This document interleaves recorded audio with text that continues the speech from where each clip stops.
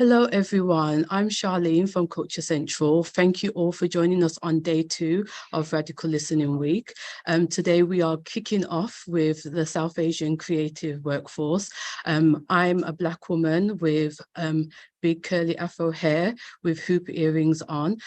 We are trialing some new captioning services, so please bear with us whilst we do that. But we hope you enjoy today and hope you find it really insightful. I'll hand over to our amazing host, Sophina, and hope you enjoy the session. Please engage in the comments and add your questions and your feedbacks in the comments. Thank you so much. Thank you so much, Charlene. Hi, everyone. I am Sophina Jagot. Welcome to this radical listening session focusing on the South Asian creative workforce. I am a South Asian woman with long curly hair. I'm wearing hoop earrings and a coral and multicolored top. So a little bit about myself before we get started. I'm a program enabler, a poet and storyteller. I've worked and volunteered in the arts and heritage and tourism sector for the last 17 years in the West Midlands and in the Southwest. And I've worked on programs such as Transforming Narratives, More Than a Moment, and I was previously the board member of the Crown Prosecution Service Scrutiny Panel for hate crime and violence against women and girls in the West Midlands. I'm an alumni of Dr. Rosales Meza's Decolonial Healing Collective, and I deeply believe in building compassionate leadership and cultivating spaces of trust and openness to drive change. So that's a little bit about myself. I actually wanted to start and open the session. As people of the South Asian diaspora, I'm going to open the space with an ancestral acknowledgement in recognition of the importance of understanding the historical context. So I'll open the space with that and then hand over to our other speakers to introduce themselves. We begin by remembering the South Asian ancestors who came before us, who were subjected to 200 years of extraction, genocide, and theft of resources from British colonizers. In the 1700s, India was the world's richest country with 27% of global GDP.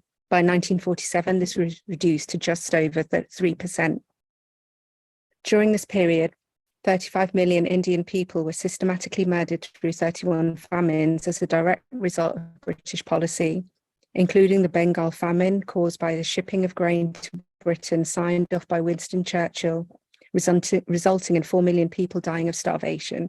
The lasting impact of these famines physically changed the bodies of South Asian people today, making them more susceptible to diabetes and heart disease. Thriving Indian textiles, shipbuilding, and steel industries were systematically destroyed through violence, import tariffs, and imposing British export on products on Indian communities, taxing and extracting vast sums from India's poorest people through torture and cruelty. The British colonial rule intentionally created divide and rule policy through lobby and financing rival political parties, deliberately creating splits along religious lines after exerting unity, for example, with Hindus and Muslims fighting together during the Indian Mutiny, and seeing presidents of multi-faith backgrounds when the Indian National Congress was first formed. This eventually led to partition and the creation of Pakistan, which resulted in 10 to 15 million people forcibly displaced, and the massacre of an estimated 200,000 to 1.5 million people killed in sectarian violence. It's been estimated that during the last 40 years of British colonization alone, in excess of 100 million people were murdered. This was up to 1947 and doesn't touch on all the events that occurred rooted in British colonization beyond India's independence, including the Bangladesh Liberation War, where Pakistan, allied with the US, went to war with Bangladesh. An estimated 10 million Bengali people became refugees in India. 20 million were internally displaced. 200 to 400,000 Bengali women were systematically raped. And an estimated 500,000 to 3 million people were killed in the genocidal campaign. This historical context is a small snapshot of the atrocities experienced. The legacy of some of these behaviours continue to exist in our structures today, which I'll come back to later in the session. And it serves as a stark reminder to one of the many reasons taking radical action towards equity and building a new earth is our collective responsibility. We're here to drive equitable change.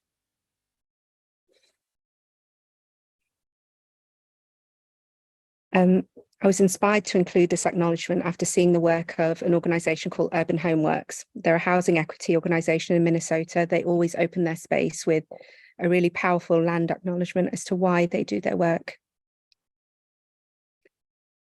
And so we are here to have a fireside conversation between the three of us, talking about the South Asian creative workforce.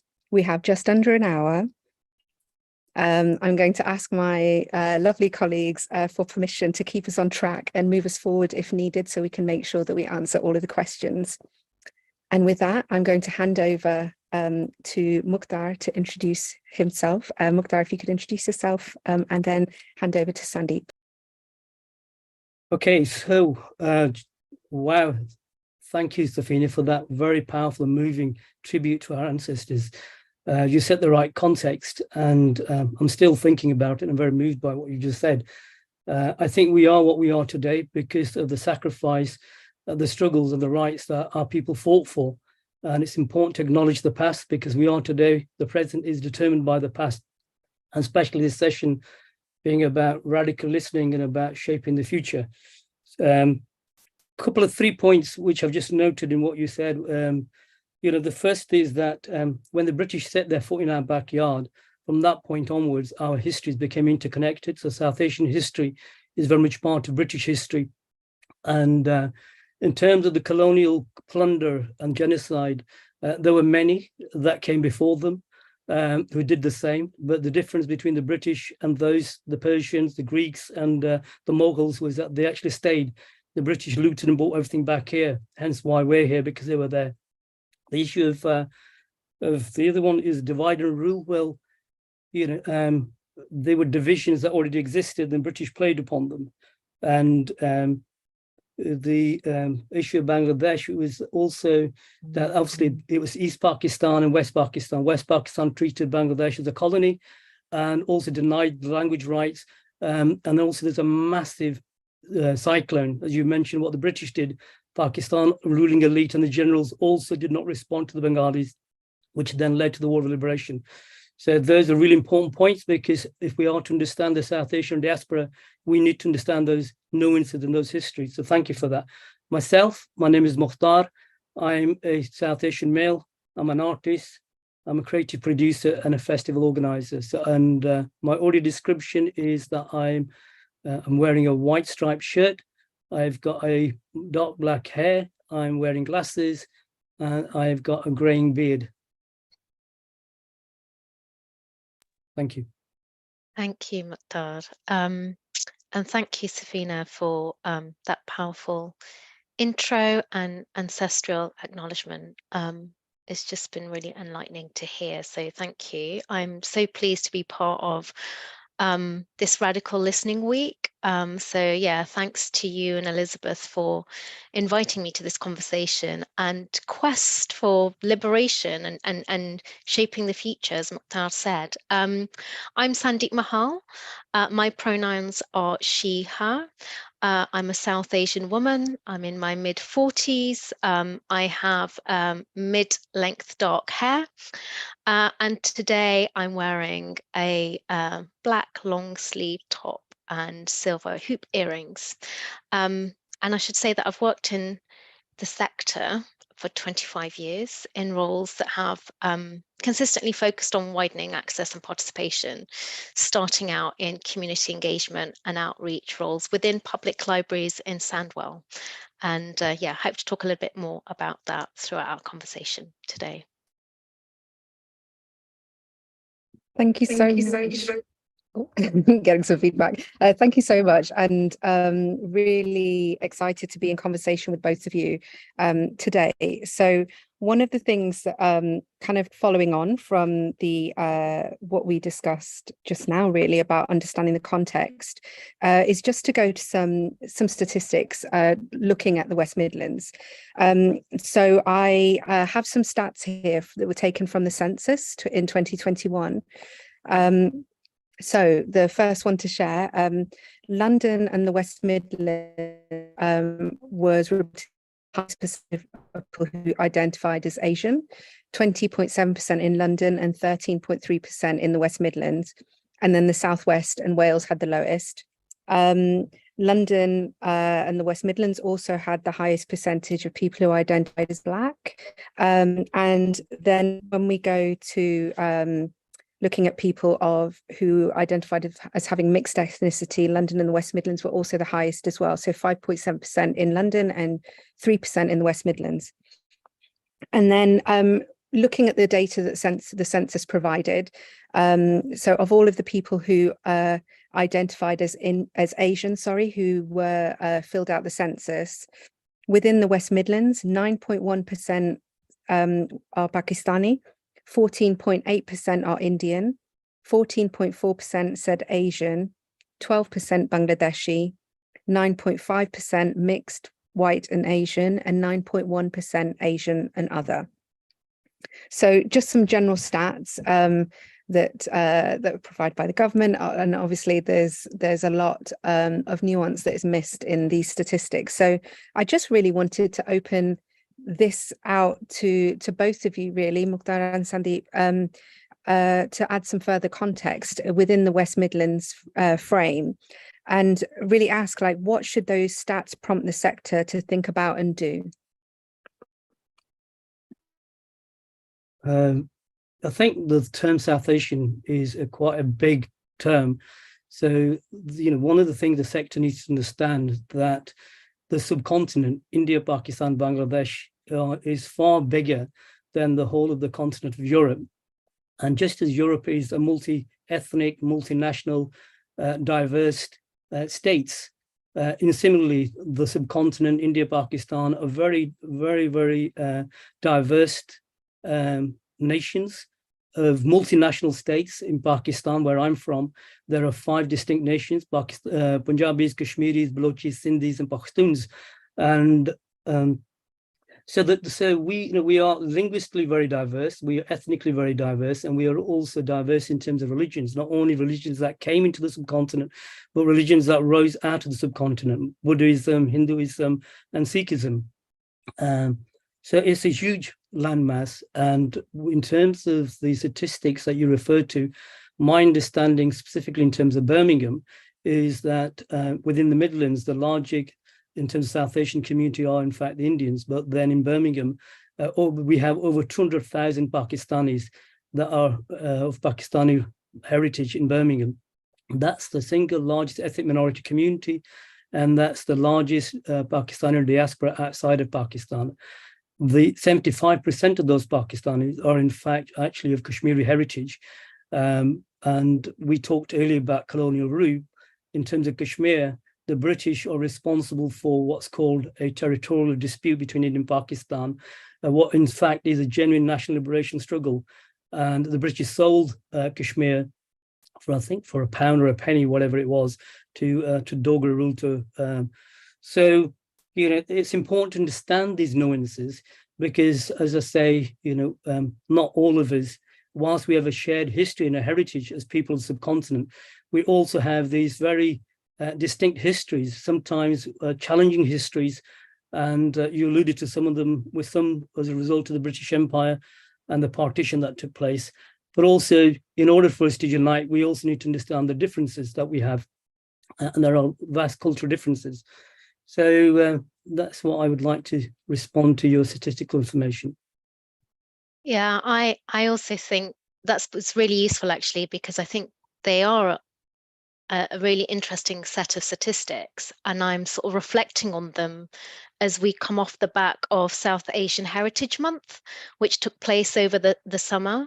And it's a month of celebrating South Asian history and culture, and an opportunity, I guess, for everyone to appreciate different cultures within the South Asian diaspora and learn new things. So we must be really mindful of and recognize the differences, as you've said, Mukhtar, between Indian and Pakistani and Sri Lankan, Bangladeshi and Punjabi communities, and the subsets within that as well. I think the other most obvious prompt for the arts sector is that these stats blatantly show the arts sector in the West Midlands is not as representative of the ethnic groups in the West Midlands. still in 2023, we have a long way to go. And that's always been a struggle for me, working and navigating, I think, white dominated spaces and sectors. So yeah, I'd be really interested, Mukhtar, in hearing more about like some of the challenges around that and how you've navigated your long career and journey in the arts. Okay, so I've been involved in the arts for about 30 years. I started as a fine artist. I came to this country at the age of 11 from Pakistan. The two things I was good at, one was drawing and the other was long distance running. And as with all parents and most South Asian parents, I didn't live up to their expectations because, you know, they didn't want me to go into the arts. And I was a product very much of the 80s. And in the 80s, it didn't matter if you was an artist, if you was a dentist or a doctor or a physicist. You know, we all ended up being community workers because our communities were very much under siege. You know, the level of racist violence during the recession that was taking place, there's a culture of what we call Paki bashing that was took place. And in response to that, we formed defensive organizations called the Asian Youth Movement. And I was a founding member of the Sheffield Asian Youth Movement.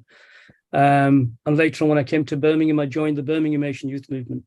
So my creative practice, not out of choice, but out of necessity, has always been connected to responding to the wider issues that we found ourselves in. And the history that Sophina so eloquently put out there was a history that we were never told in schools. We were thirsty and hungry for that. And we learned that through our elders and through liberating books from libraries and sharing that between ourselves. So it's, you know, it's been very challenging. And it reminds me of something that a good friend of ours, Aftab in TN, said, that most of us, because the doors of the mainstream institution were closed to us, we had to carve our own paths. And most of us have ended up creating our own organizations to address the issues that we need to. And for me, you know, one of the key things has been is to how do we respond to the needs and wants of our communities as our audiences. So yeah, it's been a challenging process, but a rewarding process. And I think just the other point that I'd like to raise is what Sophina said earlier in terms of the statistics of colonial plunder. You know, we have a history of not just of the fact that these number of people died as a result of the famines and the colonial plunder, but we have a history of resistance. You know, we wherever there's oppression, there's resistance, and we didn't take it lying down. And as young people in the 80s, we had to learn that history. And just this weekend, the Indian Work Association in Handsworth opened up a new hall, which they named after a martyr called Madanlal Dhingra, who was 21 years of age when he shot a colonialist in London. And within 21 days, he was hung and killed. So this is a history within our communities. It's a living history and impacts upon our creative work. And as I say, you know, there have been big changes in the sector. I've seen doors open up, particularly in the aftermath of the tragic racist murder of George Floyd, and a young generation that have called those organizations to account, people like Zeddy and the others. And I really welcome that. And because there's a dialogue taking place, which actually wasn't taking place before. Thank you, Mukhtar. Hi, Sophina, welcome back. You may have had a connection issue there. I was just gonna kind of reflect something back, just hearing Mukhtar there. I mean, just in terms of my own journey and navigation of this sector, you know, as a South Asian cultural leader, I fell accidentally and passionately in love with libraries. And I've had the most incredible career. I started out in Sandwell Libraries. I then worked nationally at the Reading Agency, which brought me into contact with so many brilliant writers that inspired me when I was growing up. And then I spent 5 amazing years in Nottingham empowering youth voice and youth leadership to help build a better world with words. And then I moved back to Warsaw 3 years ago and joined the board of Jagot Patel Dance, which is based in Wolverhampton. And I now combine a dual role at the Royal Shakespeare Company as a leadership associate, co-leading structural and cultural change with Justine Tayman, and as director of sector change at People Make It Work. And we can speak about that a bit later. But my passion has always been about spreading like the sheer creative joy and power of stories as a movement for change. And to create like a world where amplifying diverse stories and diverse talent is not just anticipated, but really actively pursued. It's what I've done throughout my working life. And it's because I believe in the power of literature and stories. It completely transformed my life, having free and democratic access to books and reading through my local library. And I also think it's because it's a reflection of humanity, and it's a way for everyone to better understand each other and the world we live in.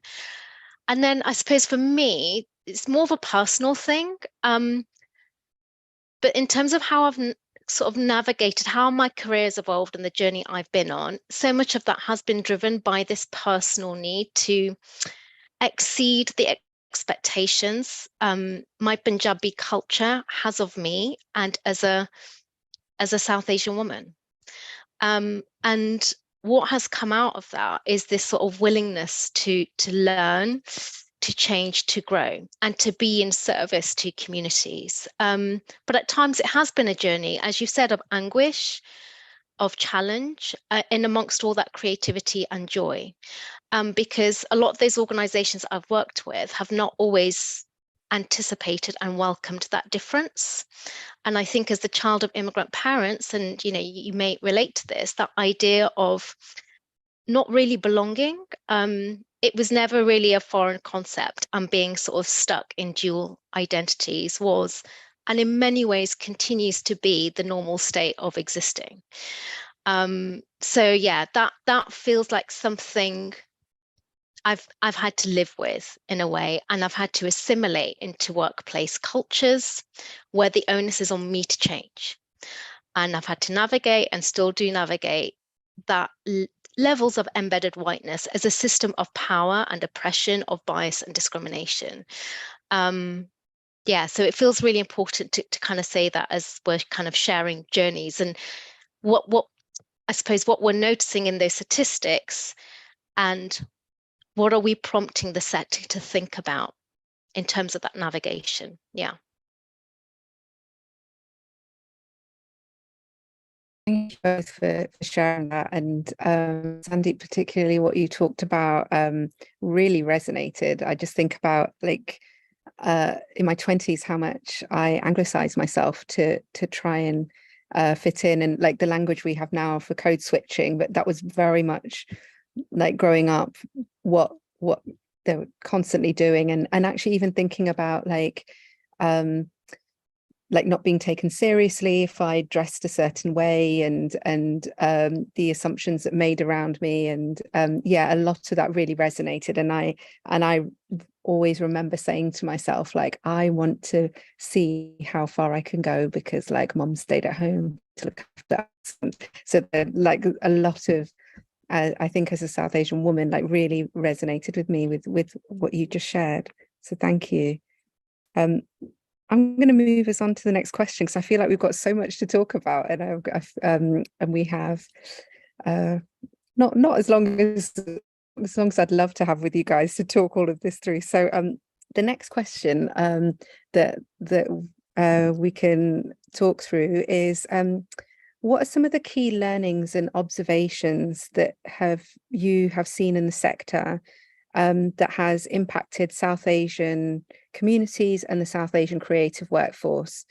Sandeep, would you like to start on this one?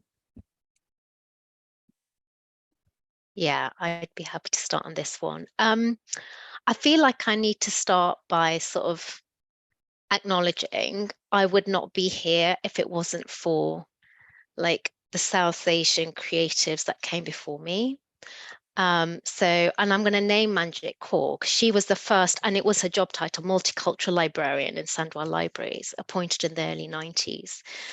And Manjit Kaur allowed me to believe in this dream that there's a place for someone like me in a sector at a time when there were so few South Asian people working in libraries in a place like Sandwell. It was sort of shocking, because Sandwell is very much like the community I grew up in, very multicultural, very working class.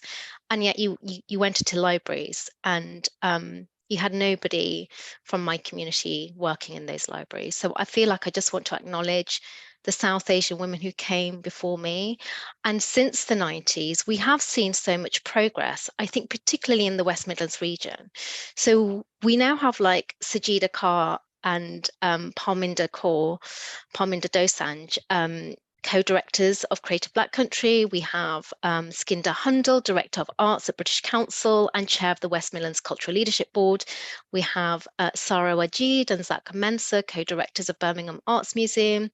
We have Imi Kaur, Nikki B. We have the amazing talent that's come out of Coventry, Nav Kiran Man, Hardish Vark. We have Mukhtar, we have you, Sophina, and it makes me so proud. Makes me so proud to see that movement, to see South Asian creatives, leaders elevated and amplified and making a real difference to South Asian communities in this region. And it also, I think, makes it a less isolating experience for the next generation of South Asian creatives coming through. So there is something about needing to invest in creating new pathways to new leadership, and also like make sure they're at the table to influence, to give, I suppose, more voice to South Asian people. I also feel like I want to acknowledge the recent NPO Portfolio Club. It's so much more diverse and a far-reaching portfolio than I think we've ever seen before. And I really want to celebrate an award-winning international arts organisation that has entered the NPO Club for the first time. And I mentioned it earlier, it's Jagot Patel Company. Jagot is the leading voice in South Asian LGBTQ+ narratives. And he is touring a new production of Waltzing the Blue Gods in his hometown of Wolverhampton, and then it will come to Birmingham, and then it will go to London next year. And this feels really pioneering because Waltzing the Blue Gods brings the storytelling technique of Kathak, a classic Indian dance. And what Jagot Patel has done is he's reimagined the queer symbolism of the Hindu gods Shiva and Krishna. And I think that is extraordinary when I think about those narratives and the role that that narrative has played in Jagot's own sexual awakening and spiritual relationship to faith. It's helped him become an openly homosexual British Indian man. So it's a deeply personal and thought-provoking stage production. And that work is, I think, is essentially about empowering other South Asian work from authentic queer creatives and voices. It is about empowering that, and it's about creating space, as you said earlier, Sophina, places of trust, of safety for anyone belonging to South Asian and wider LGBTQ+ communities who might be struggling to come to terms with their sexuality, issues of acceptance from their families, those who are not yet able to be open about their sexuality. So I feel like we've come a really long way from not having our cultures represented in that kind of authenticity on our stages, in our broader creative programs, in our spaces, to having the kinds of shows like Waltzing Blue Gods and The Empress, directed by Pooja Ghai at the RSC. To me, it represents one of those kind of rare works of a South Asian canon that is enjoying a new production only 10 years after it was first written by Tanika Gupta, produced by the RSC at the Swan Theatre, where it's showing till November. And that is, The Empress is part fact, it's part historical fact, and it's part dramatized fiction, and it's sharp, it's political, it's full of rage, and it's full of love. And so what I'm learning and noticing in this great rush to increasing representation in our workforce and our programs, and I don't say that flippantly, you know, there has been this huge movement, and I really welcome that. But I also think we are sometimes failing to create those conditions for safety, for care and inclusion, for compassionate leadership, as you said, Sophina. And so it feels really important to acknowledge, just my final point on this, really, it feels important to acknowledge the fear associated with being a freelance artist. And this goes across the piece for freelancers from the global majority, the fear of the potential impact on the freelancer's relationship with your organization, and the fear of returning to work after an incident or raising a complaint about racism or discriminatory behavior within those systems and cultures, because those systems and cultures do harm and they do impact on the lives of individuals. And I do think that's partly a big reason for why so many South Asian creatives set up on their own. We've seen a lot of South Asian people leave organizations, and I know we'll come on to talking about tangible action and change, but I just want to acknowledge the progress that has been made, and that's all been fantastic. But I also feel we've still got a lot more work to do.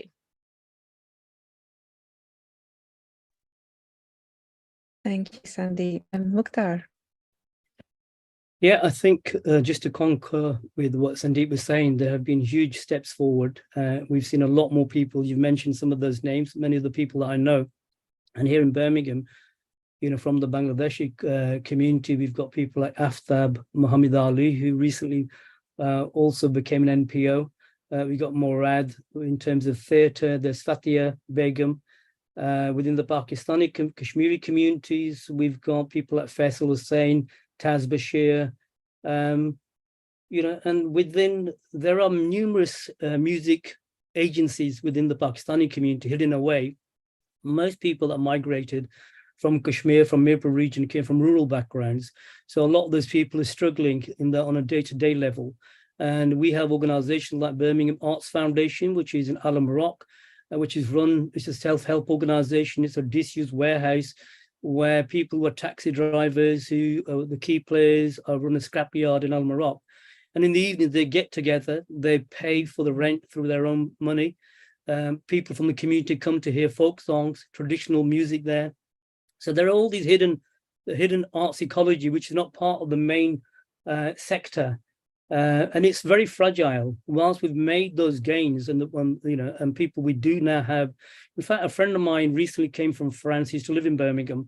He's a photographer. He went to art college with me, and he came and said that, you know, when he comes here, he sees the notable difference. He sees adverts on TV and the billboards on which there are so many African, Caribbean, and Asian people. He doesn't see that in France. And so, whilst we do have you know, people in those positions, what we call the politics of representation is happening. The challenges have not gone away, you know, and I think for me, when we talk about compassionate leadership, I think it's really important that those people in those positions, you know, what are values, what are their principles, you know, they're there for themselves, or they were there for the wider good, because they're only there because of the struggles and the campaigns that were fought. You know, on every twist and turn, we've had to fight for those gains. You know, one of the key initiatives, strategic initiatives, which Sophina was involved in, and I know that we'll probably come to talk about that, was transforming narratives. And I can give you that as an example. You know, the reason why that came into being as a strategic initiative to address the lack of Pakistani, Kashmiri, Bengalis involved in the arts was because in Birmingham, there was a delegation that was going to go from Birmingham to Pakistan and to Bangladesh. A friend of mine called me and said that if I knew about this, which I didn't, he said, well, every single person in that delegation is in fact white. And I welcome that delegation. But the fact from a second city with a significant history of South Asian communities, you know, of creative practice, there was not a single member of the South Asian community on that delegation. So I wrote a letter, an email to a friend of mine, who's a councillor, Wasim, on the board of Simmerdown. He sent that email to the then deputy leader, I think the leader of the council, who then put a block on that delegation, which is not what I wanted. Subsequently, I was told that there was changes to the delegation, and now the delegation would include 2 people of South Asian descent. I asked who they were. I was told by a leading South Asian practitioner leader in Birmingham that one was a guy called Murad, a Bengali theatre practitioner, and the other was a Pakistani. When I asked who it was, I was told it was Muhammad Ali. Muhammad Ali is international around Birmingham-based Bangladeshi artist, not Pakistani. And the fact that that person said that showed the ignorance that exists within the sector, even within our own communities, in particularly when it comes to Pakistani, Bangladeshi communities. So we've come a long way, and each of those twists and turns are, but we're still a very fragile, we can always go back to point zero. One of the co-directors with collaboration, Kala, which are the agency that I belong to, Kala meaning black, is Bob Ramdani. He's a pioneer of black arts. He's Indo-Caribbean from Trinidad. He founded The Cave. He founded the Dramat Center, Kakuma Theatre Company. But he is now left Birmingham, gone back to Barbados because he went back to point zero. So no matter how far up the ladder we get, we can always go back to point zero. We can all go back to as if we've never had this history.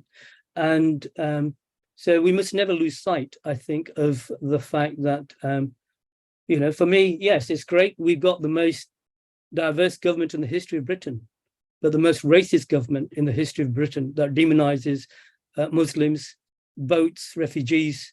So just because somebody happens to be of the same ethnicity as us, be they women, LGBTQ, or from the same ethnic background, doesn't mean that they have the same values as us.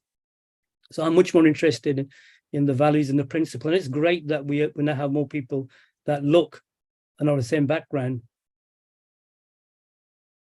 Yeah, so that's my comment on that. Thank you, Mukhtar. Yeah, I really agree with that. And I think that's definitely, so representation in terms of transforming narratives was like a continual conversation that we had through that program, thinking about representation, and actually not just representation, but then values below that.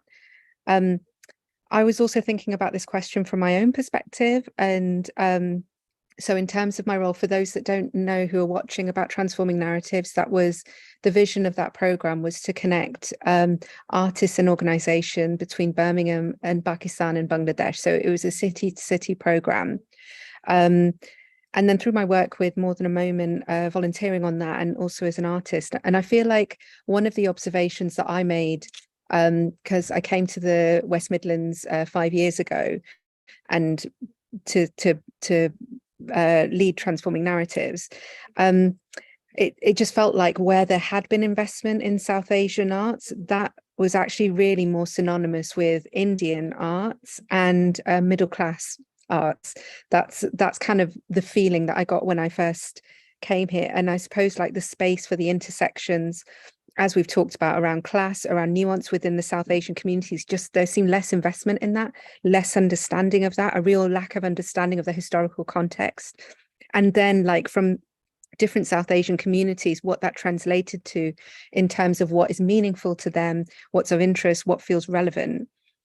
And so if I went into, I'll try and keep quick, so I'd like us to move to the next question, but talking about transforming narratives as a deeper dive, I think one of some of the key learnings around that was it was so meaningful because nothing had been done like that before. And because it specifically named people of Pakistani and Bangladeshi heritage, and then later Kashmiri heritage as well. It meant the expectations of that program were so high, and everyone felt ownership to it. And it, of course, could never have lived up to all of those expectations.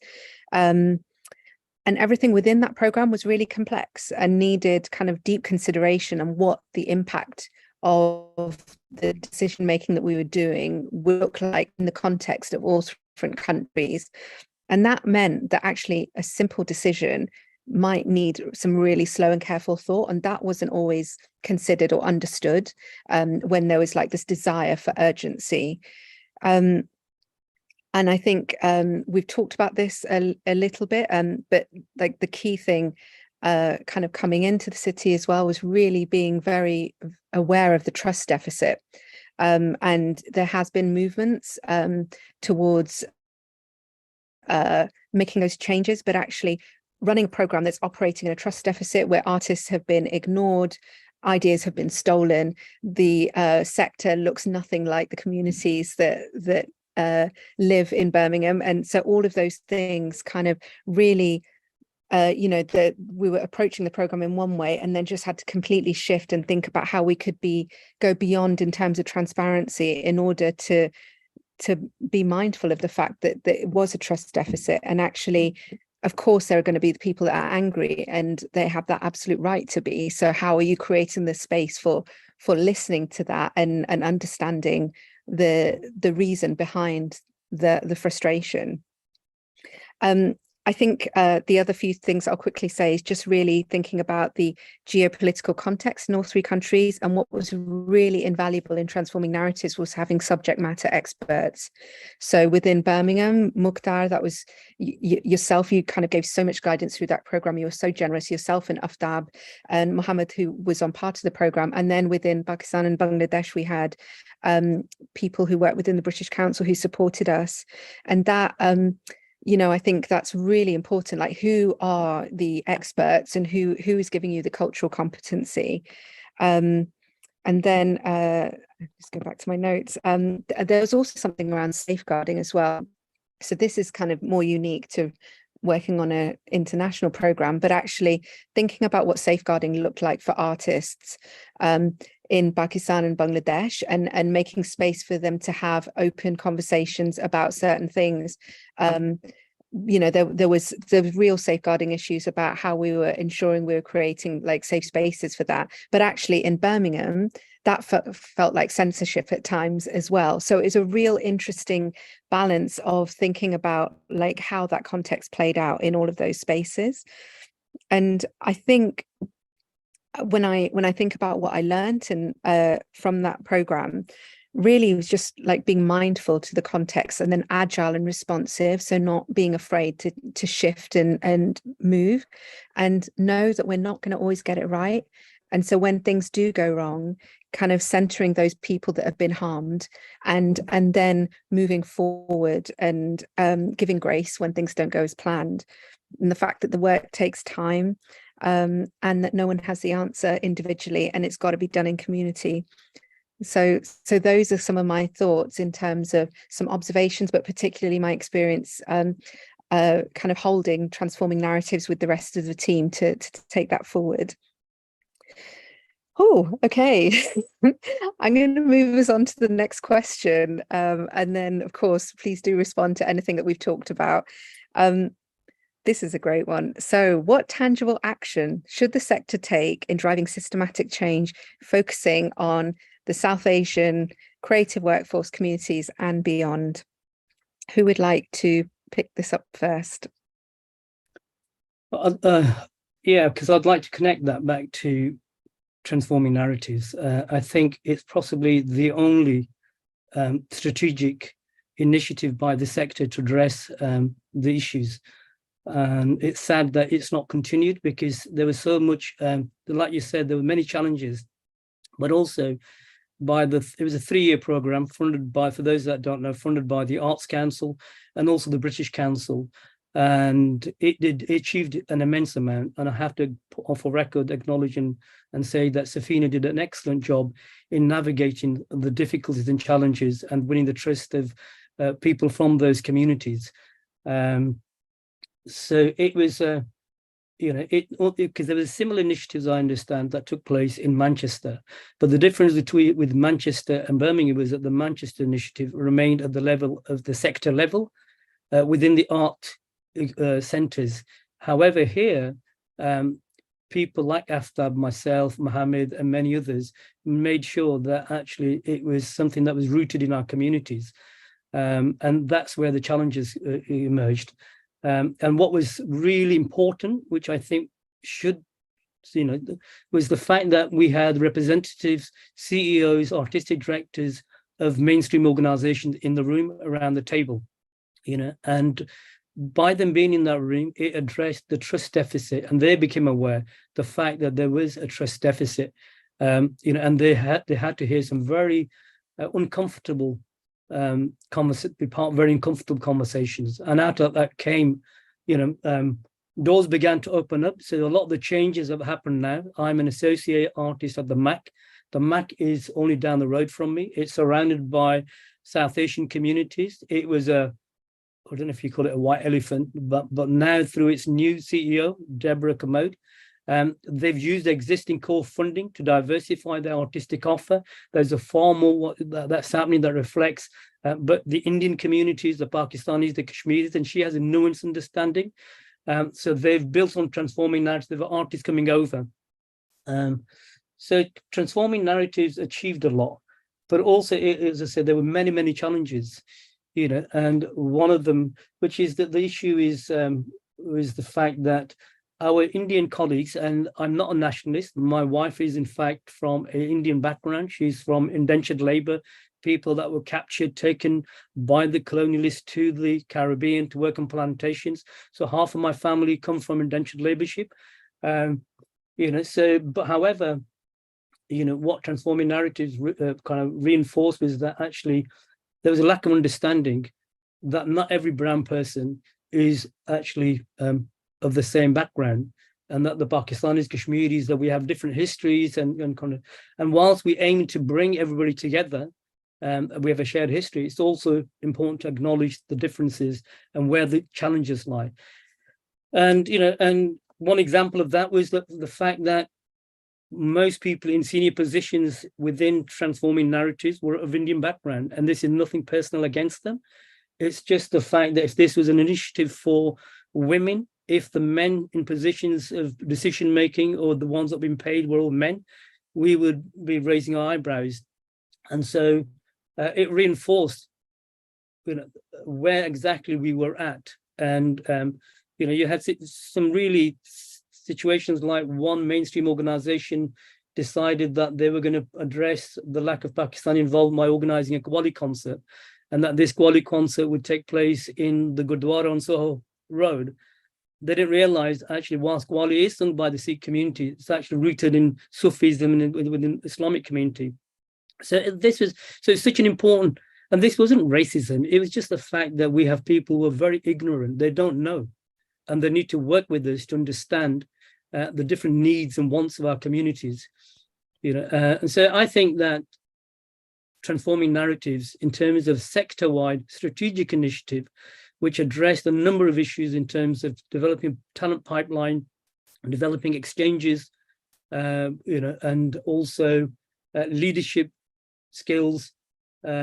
More important than all of that, but making sure that we had money to create work during COVID.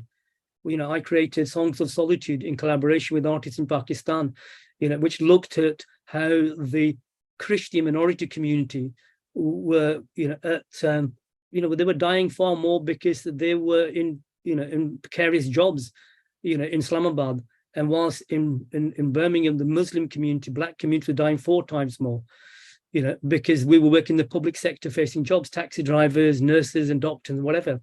A millionaire family that I interviewed who were Muslim background. So the virus didn't discriminate irrespective of your ethnic or your class background. It's society that creates barriers. And these works that were created during transforming narrative would not have happened if it hadn't been for the fact that money was secured. And it's unfortunate that that transforming narratives has not continued, which I think it ought to, given the size of the Pakistani, Kashmiri and Bangladeshi communities that are in Birmingham. I just love what you've shared about some of the lessons learned and that idea of listening and being open and generous with your wisdom, with your knowledge, that shared history, acknowledging and sharing those differences, and just helping each other out when things go wrong. And it's a shame it hasn't continued, because from what I've just heard, there is so much value in this for all of us. And so just kind of in response to that question around what tangible action and change, I feel like what I've seen in these recent years is that so many of us South Asian creatives working in the sector, it's given us a chance to go out and understand how we could make change. I feel like we've seen a profound recognition of the issues, some of which we've raised today, you know, framing around inclusion and social justice, acknowledgement of systemic problems and inequalities and discrimination. And we've seen this real kind of movement and intention towards cultural organizations being anti-racist and anti-discriminatory. And even in these tough times, you know, I do see cultural leaders and artists challenging the structures and the cultures that do harm. And I think it's Rennie Edo-Lodge who says it best. She says that after a lifetime of embodying difference, I have no desire to be equal. I want to deconstruct the structural power of a system that marked me out as different. And so that, I feel like that should be a prompt for the sector. I suppose the job of museum curators and theatre makers, programmers, producers, learning practitioners out there is that want them to listen, to really hear a systemic conversation with an awareness of their own complicity of upholding toxic cultures and systems of harm and oppression. And I want them to consider their actions. How are you creating the conditions for care, for inclusion, for belonging?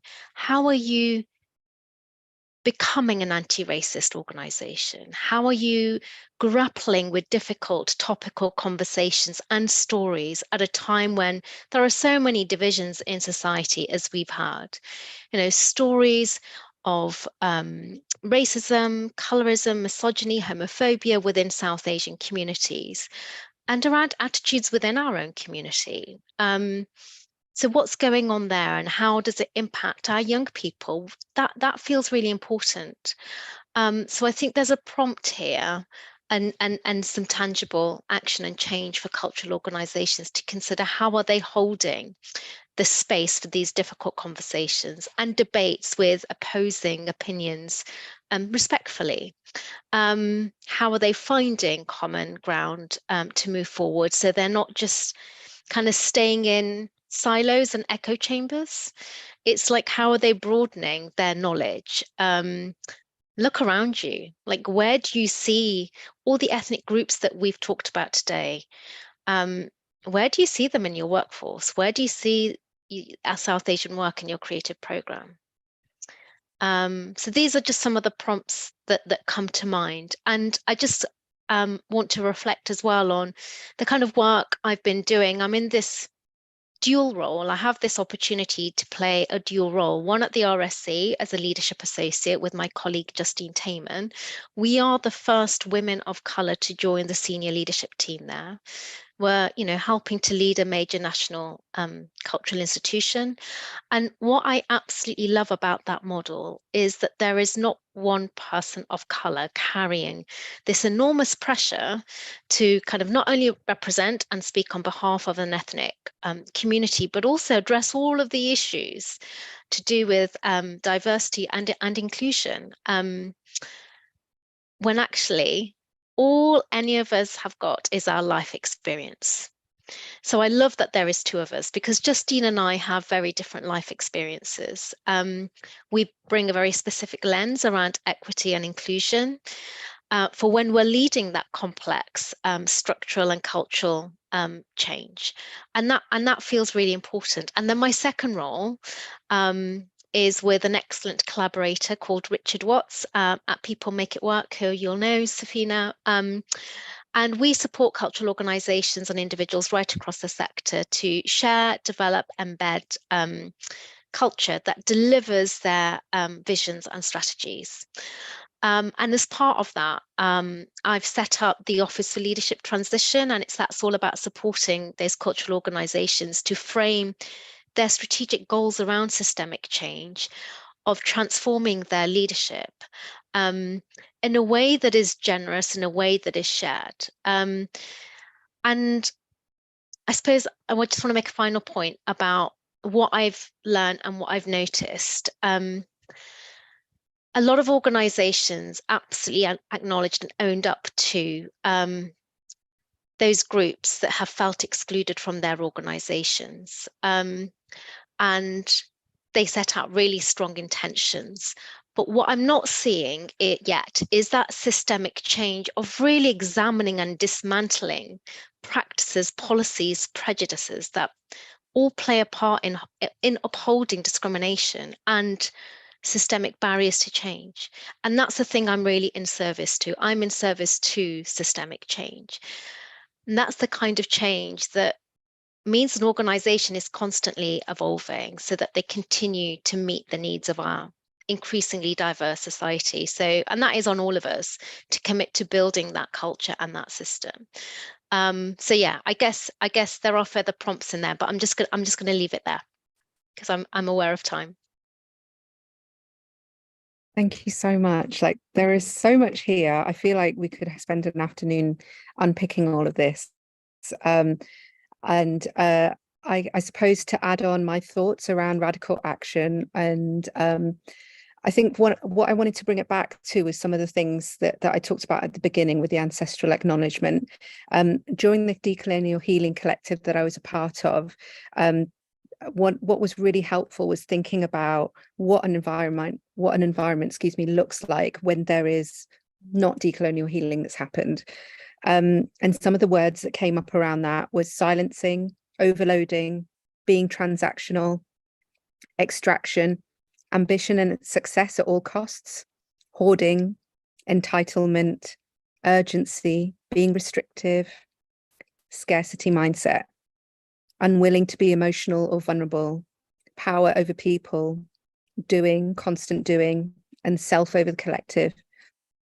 And then taking those words and then thinking about what a world looks like with decolonial healing, something more around co-creation, acceptance, being compassionate, honoring and making space for what is meant to show up, being process oriented rather than outcome focused, honoring boundaries, nurturing in reciprocal ways, being intentional, integrating, evolving, allowing space to get things wrong, and compassionate leadership. So that really helped me when I was thinking about what it looks like that we don't want versus what we do.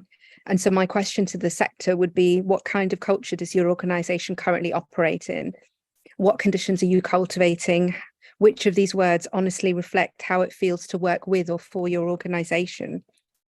And then when it comes to telling artistic stories and working with South Asian communities, why are you doing this work in the first place? What's the honest answer? Like, how are you being truly representatives of communities in the West Midlands? Do you have the expertise? Does your organisation have the cultural understanding of the nuance? And do you know where your gaps are and the understanding of where your possible blind spots might be? And then how are you filling those with experts around you? And who are you investing in to deliver the work? So you're devolving to individuals to shape from the beginning and not just bring them in to quickly deliver and leave. I think that's something really important. And then valuing and paying for expertise as well. So not just to deliver work, but to help with your research, to attend focus groups and to shape ideas in a funding bid, all of those things. There is so much more that we could talk about. And I feel like we have just touched the tip of the iceberg, but as a good moderator, I think I also need to start to bring us to a close as well, because we've almost come to an hour. Is there any final thing anyone would like to say? We have a minute before I hand over to Elizabeth, who's going to close the room for us. I've loved everything you just said there, Sophina. I mean, all of that is just brilliant. And yeah, this is an opportunity for the sector to listen this week, followed by doing. Like, let's just get it done. Yeah, I think also culture is not just something that happens within the confines of big buildings with arts and stuff. It happens on the streets every single day. And if we are committed to social justice, diversity, inclusion, all the things we kind of talked about, then when an incident happens in our local neighborhood, we have as artists, as people of consciousness, we need to respond. We in Birmingham, I've had some great Pakistani artists I've exiled here. One of them was Faiz Ahmed Faiz, a great subcontinental poet. He was exiled during the dictatorship here, along with Nahid Siddiqui, so many of them. And one of the poems linking back to what Sophina opened up, he said, Chale chalo abhi wo manzil nahi aayi. So, which was written on the eve of the partition. Come on, let's go. We've yet to reach that destination. And as communities, we've yet to reach those destinations, and we need to carry on the struggle to make sure we hold the community to the venues to account, but also without them, we can still carry on creating work in our streets, in our neighborhoods. Thank you so much. I'm going to quickly hand over to Elizabeth, who is going to give us a 30-second exit. Thank you so feedback. Thank you so much, everyone, for coming to this really powerful and important session. It's been really interesting to learn a lot about the South Asian diaspora, and there is so much that we can do, but just one key takeaway is that, you know, these inequalities are seismic and systemic, and so, you know, this is the beginning of a conversation that we have to address, and we can do that at the beautiful Futures Festival, which is going to be happening on the 20th of October. So please make sure that you come along so we can explore and delve into these areas in a bit more detail and go to the doing part. So yeah, thank you so much for coming along. Thank you to Sandeep. Thank you to Mukhtar. Thank you so much to Sophina. Thank you.